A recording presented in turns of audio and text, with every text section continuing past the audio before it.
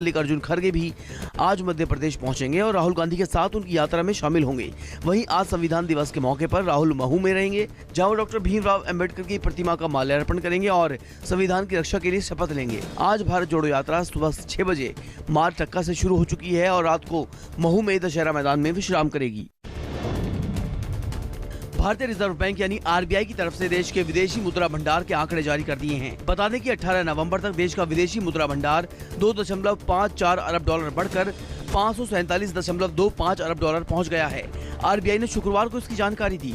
पिछले साल अगस्त 2021 के बाद उच्चतम साप्ताहिक वृद्धि के बाद ये 14.721 बिलियन अमेरिकी डॉलर बढ़कर 544.715 बिलियन अमेरिकी डॉलर का हो गया था। अगस्त 2021 के बाद देश की विदेशी मुद्रा भंडार में इस सप्ताह सबसे तेज वृद्धि हुई है। गौरतलब है कि अक्टूबर 2021 में विदेशी मुद्रा भंडार 645 अरब डॉलर के सर्वकालिक उच्च स्तर पर था।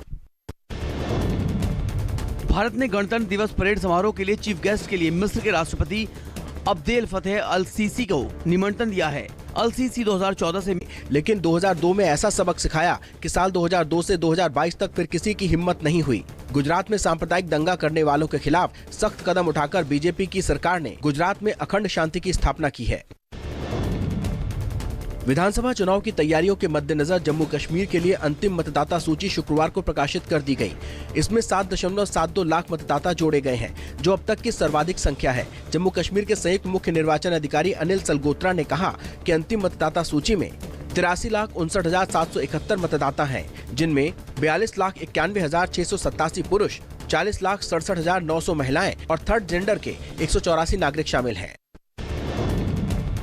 श्रद्धा हत्याकांड के आरोपी आफताब का शुक्रवार को पॉलीग्राफी टेस्ट हुआ। ये प्रक्रिया करीब 2.5 घंटे तक चली। अब एफएसएल की टीम 2.5 घंटे तक चले पॉलीग्राफी टेस्ट की पूछताछ की जांच करेगी और संतुष्टि होने पर ही आफताब के नार्को टेस्ट की तैयारियां की जाएंगी। बता दें कि आफताब के जवाबों के एनालिसिस में अगर जांच की जरूरत महसूस हुई तो दिल्ली पुलिस एक बार फिर आफताब को पॉलीग्राफ टेस्ट के लिए बुलवा सकती है।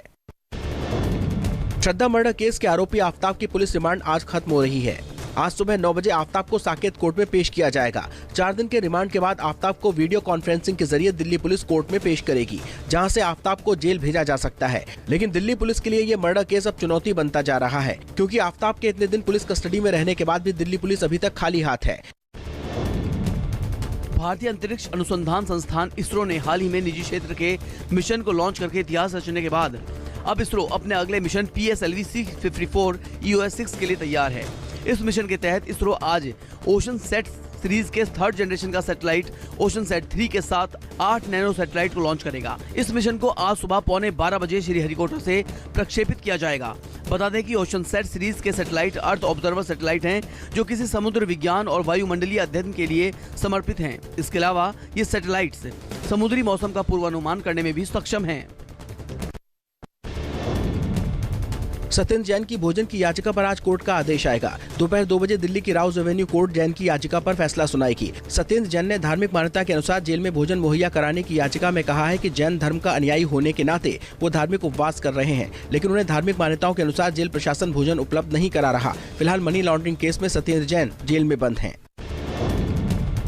साल 2008 में मुंबई में हुए 26/11 हमले की आज 14वीं बरसी है। यूएन में भारत की स्थायी प्रतिनिधि और राजदूत रुचिरा कंबोज ने कहा है कि आतंकवाद अंतर्राष्ट्रीय शांति और सुरक्षा के लिए गंभीर खतरा बना हुआ है। ISIS और अलकायदा के आतंकी एशिया और अफ्रीका में आम लोगों और सुरक्षा बलों को निशाना बना रहे हैं। हमें ये नहीं भूलना चाहिए कि नवंबर साल 2008 में 10 आतंकवादी समुद्री रास्ते के जरिए पाकिस्तान से मुंबई में दाखिल हुए और 4 दिन तक तबाही मचाते रहे और 26 विदेशी नागरिकों समेत 166 लोगों की हत्या कर दी।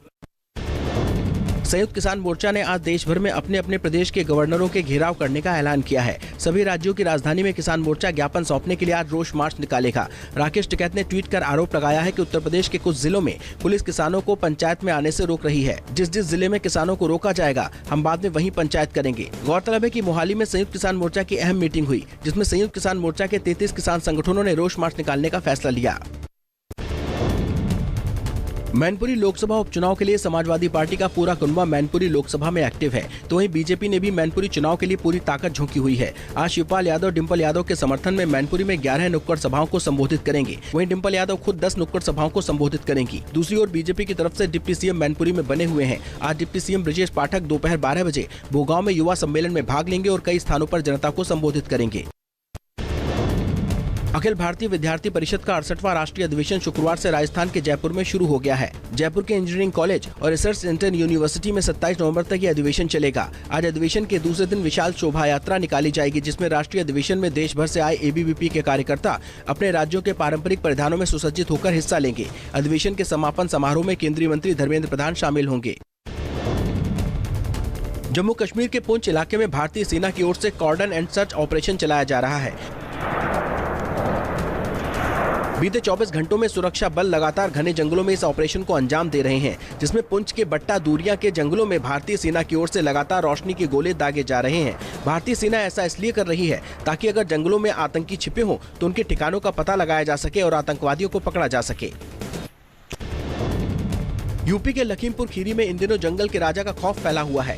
बताया जा रहा है कि शेर जंगल छोड़कर गांव के किनारे सड़कों पर खुलेआम घूम रहे हैं। तहसील पलिया इलाके में सड़कों पर खुलेआम बाघ निकलने से राहगीर सहमे हुए हैं। तो वहीं तस्वीरों में साफ देखा जा सकता है कि किस तरह से बाघ ने गन्ने के खेत को अपना आशियाना बना रखा है। मामले की जानकारी मिलते ही वन विभाग की टीम हाथियों के साथ पहुंची तो साफ देखा जा सकता है कि किस तरह से बाघ आराम से हाथी के सामने से निकल गया। यूपी के सीतापुर जिले के थाना रामकोट से एक दिल दहला देने वाला वाकया सामने आया, जहां एक ही परिवार के बड़े भाई ने अपने बेटों के साथ मिलकर 2 छोटे भाइयों की धारदार हथियारों से हत्या कर दी। बताया जा रहा है कि विवाद साझे के खेत में लगे यूकेलिप्टस के 3 पेड़ों को काटने पर शुरू हुआ था। घटना के अनुसार आरोपियों ने एक भाई की हत्या घटना स्थल पर ही कर दी, जबकि दूसरे भाई को कुछ दूर दौड़ाने के बाद मारा था। इसके बाद सभी आरोपी मौके से फरार हो गए। दोनों शवों को पुलिस ने कब्जे में लेकर पोस्टमार्टम के लिए भेज दिया है। यूपी के ग्रेटर नोएडा वेस्ट की रॉयल नेस्ट सोसाइटी के एक फ्लैट में अचानक आग लग गई। घटना शुक्रवार देर शाम की है, जब फ्लैट के किचन में रखे रेफ्रिजरेटर का कंप्रेसर फटने से ये घटना हुई। आग की वजह से किचन में रखा सारा सामान जलकर राख हो गया। फ्लैट के बराबर में रहने वाले लोगों ने किसी तरह से आग पर काबू पाया, लेकिन आग में लाखों रुपए का नुकसान बताया जा रहा है। आरोप है कि घटना के समय कोई फायर उपकरण काम नहीं कर रहा था।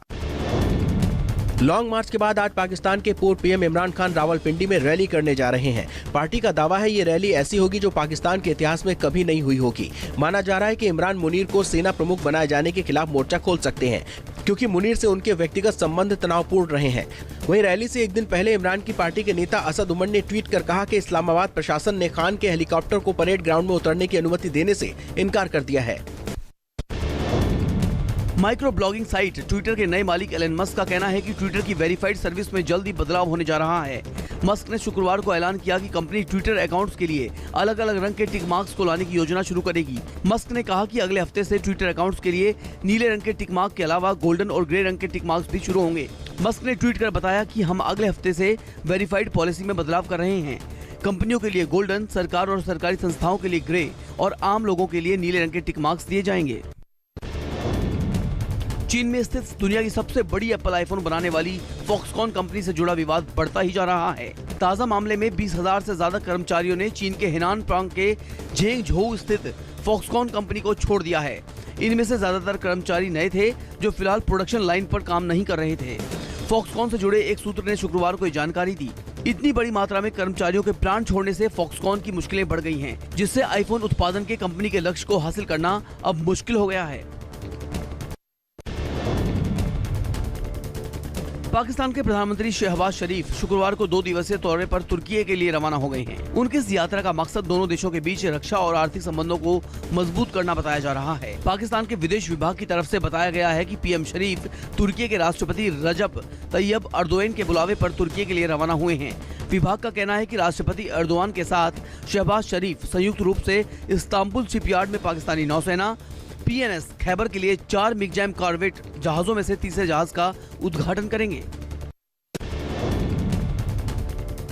मलेशिया की राजनीतिक उथल-पुथल पर अब विराम लग गया है। आम चुनावों में किसी भी दल को स्पष्ट बहुमत नहीं मिलने पर राजनीतिक अनिश्चितता देखी जा रही थी। हालांकि मलेशिया के सुल्तान अब्दुल्ला सुल्तान अहमद शाह ने इस पर विराम लगा दिया है। उन्होंने विपक्षी नेता अनवर इब्राहिम को देश का नया प्रधानमंत्री घोषित कर दिया है। अनवर इब्राहिम के नेतृत्व वाले पाकतन हरपन गठबंधन को सबसे ज्यादा 82 सीटें मिली थीं।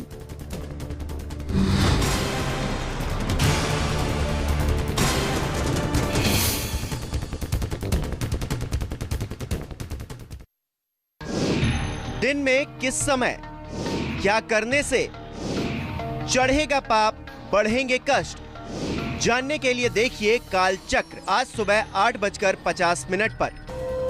काल चक्र प्रेजेंटेड बाय नया दंत कांति सेंसिटिव, दांतों की सेंसिटिविटी में दे instant relief. Associate sponsor good night liquid, अब नींदों को नजर न लगे। कैच, खाना सिर्फ खाना नहीं होता। चेक एक वाइट शैम्पू, हेयर फॉल की चिंता चांस ही नहीं। एक दिन मैं सोते सोते गिर गया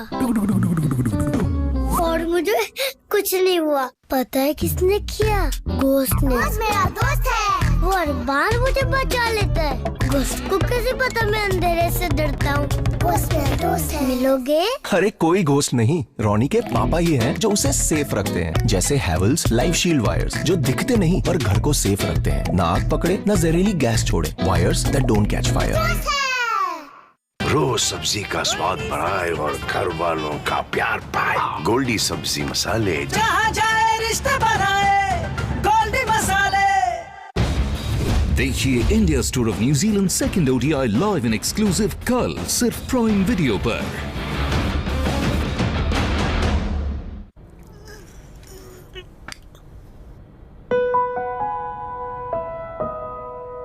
नींदों को तेरी नजर ना लगे। मच्छर भगाए बिना धुआं फैलाए, ताकि नींदों को नजर ना लगे। गुड